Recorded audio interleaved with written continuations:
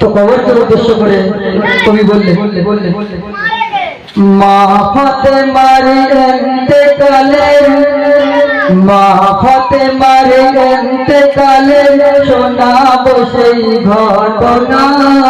কবর কারণ নয় রে গোলাম, সে তো কাউকে ছাড়বে না।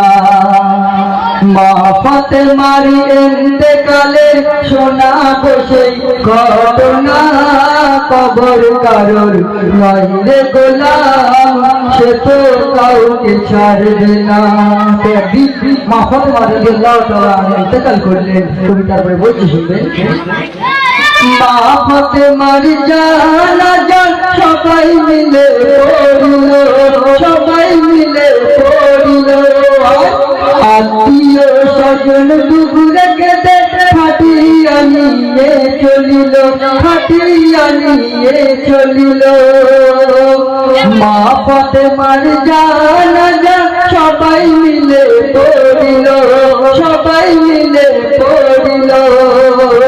আত্মীয় স্বজন দুগুরে কেঁদে ফাটিয়া নিয়ে চলিল, ফাটিয়া নিয়ে চলিল।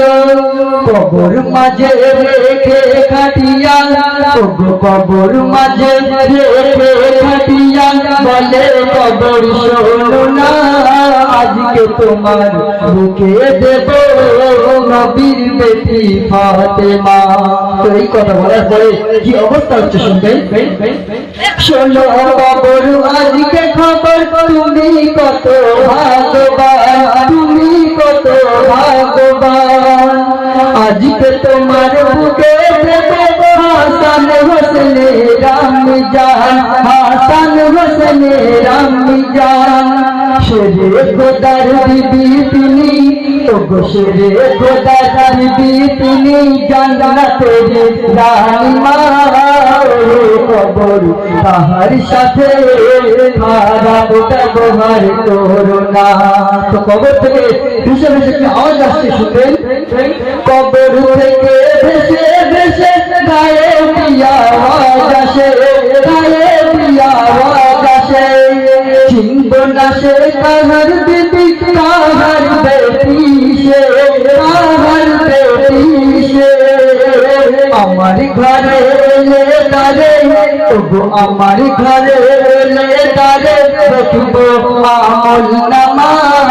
আমি কারোর নই তো গোলাম, কাউকে আমি চিনি না।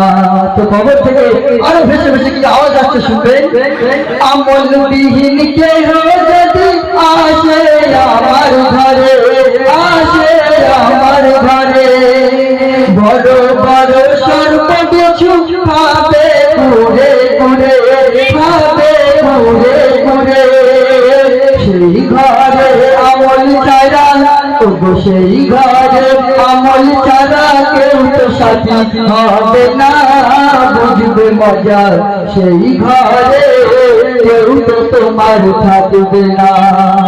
তারপরে তুমি বলছে, আমল নামাই কারো যদি বেশি আমল থাকে, বেশি আমল থাকে। নব সাজে সাজিয়ে রাখবো আমার বুকে, রাখবো আমার বুকে।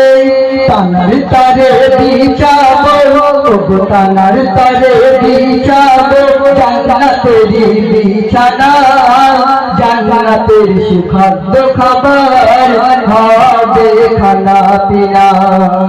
মা ফাতেমার ইন্তেকালে শোনাবো সেই ঘটনা।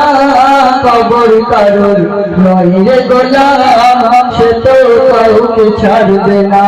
তো শেষ কথায় শ্রদ্ধা কবি মানে আরতি শুনবেন, ওগো আমার শ্রোতা ভাইয়া দোয়া করো মোর পারে, দোয়া করো মোর পারে।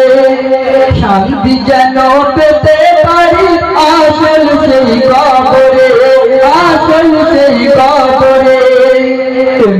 আইনুল লিখতে গজল, ওগো আইনুল লিখতে গজল, মনে লাগে বেদনা। কবর কারণ নয় রে গোলাম, সে তো কাউকে